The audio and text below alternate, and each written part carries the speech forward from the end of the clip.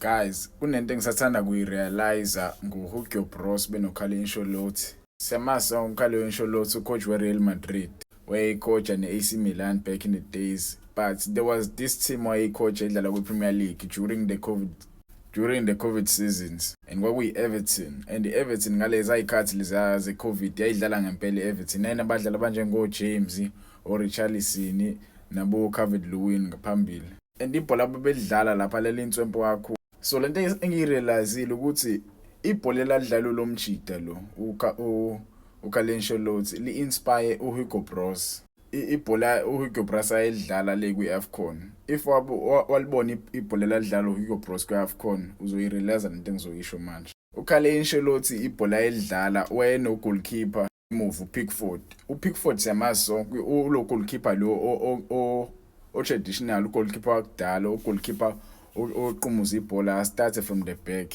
Khaled Ancelotti wayibona lento uthi cha yabo leli ibhola lamanje lokustart ibhola from the back doesn't work. Abadlala yenabo lapha ku-Everton abadlali yabo ababengekho that high level of ukudlala. So what decide uthi cha njengoba ngino Pickford ugude ekushayweni ama-counter. Phambili wayeno-Calvert-Lewin. Calvert-Lewin uyakwazi ukusebenzisa ikhanda umude kakhulu, so umehead ibhola ulihead ibhola libuyisele la kubadlali bakhe mase run space. So run space kunabadlali abanjengo-James, kunabadlali abanjengo-Richarlison. Labo badlali labo bazofika bazo-attack ibhola bashaya inqako. And maningi amathimi babewashaya ngaleyo nto leyo, maningi amathimi bashaya amathimi amakhulu kakhulu. I-Everton kusakhona uKhaled Ancelotti ngale formation le ibhola lisuka le ku-goalkeeper alihede uCalvert-Lewin lize ku-Richarlison noma liye-James ba-create ama-space ukuze kushawe inqako. Msho ngizosho ukuthi hayi vana mhlawumbe uyaricha la, but ngicela ngizwe kahle. Yabo ibhola ladlala uHugo Bros kwiBafana kwi-AFCON. Ibhola lalisuka emuva lisuke ku-Williams. uWilliams ashaya i-counter, noma ingashaya uWilliams i-counter ishaya amanye ama-defender nje. Bashaya ibhola uMakgopa wayelithatha ibhola alihede back kubadlali beBafana mase run space. Nisho mengiqama manga nibukele ama-clips eBafana nibukele ama-games e-Everton, mhlawumbe bazonivezela ku-YouTube. Nibuke indlela sasi-attack ngayo nendlela i-Everton ayi-attack ngayo ngalezi ayikhathi. Like there are similarities because mehead ibhola emuva uZwane wayelicollect mase create space no pesitawo yabo. Labo badlali laba babe quick ngempela. If ukhumbula kahle nje ngempela uZwane lapha wayon fire because umethele ibhola uMakgopa wayelihead emuva lithola uZwane mase run space. Run space ama defenders omlandela uMakgopa ayommarka, kanti labo uZwane laba noTawo bazoshutha ibhola.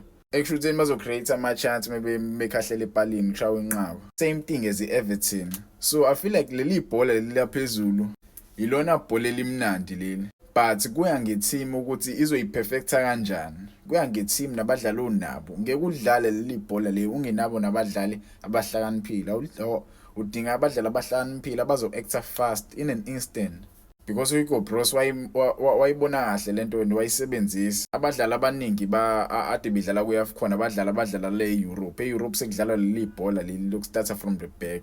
Nayo iBafana i-starta from the back, but eyisebenzisa le technique le yokushaya ibhola liphezulu mase belihead emuva mase create ama-space kanje kushawe inqako. So nje besebenzisa le technique le abadlali abaningi ababedlala kwi-AFCON babedlala le-Europe. So bona bebejwayele leli bhola leli elistarta from the back. Lento yayibashaya le ingakho iBafana yahamba yazafika la ekhona because ibhola babekwazi ukuliphatha futhi baphinde bakwazi ukulishaya lihambe phezulu. Ingakho nje sasiba nama-offside amaningi kanje. iBafana yayihlezi izoba nama-offside because sasithanda uhambisa ibhola liyengale kwe-defense.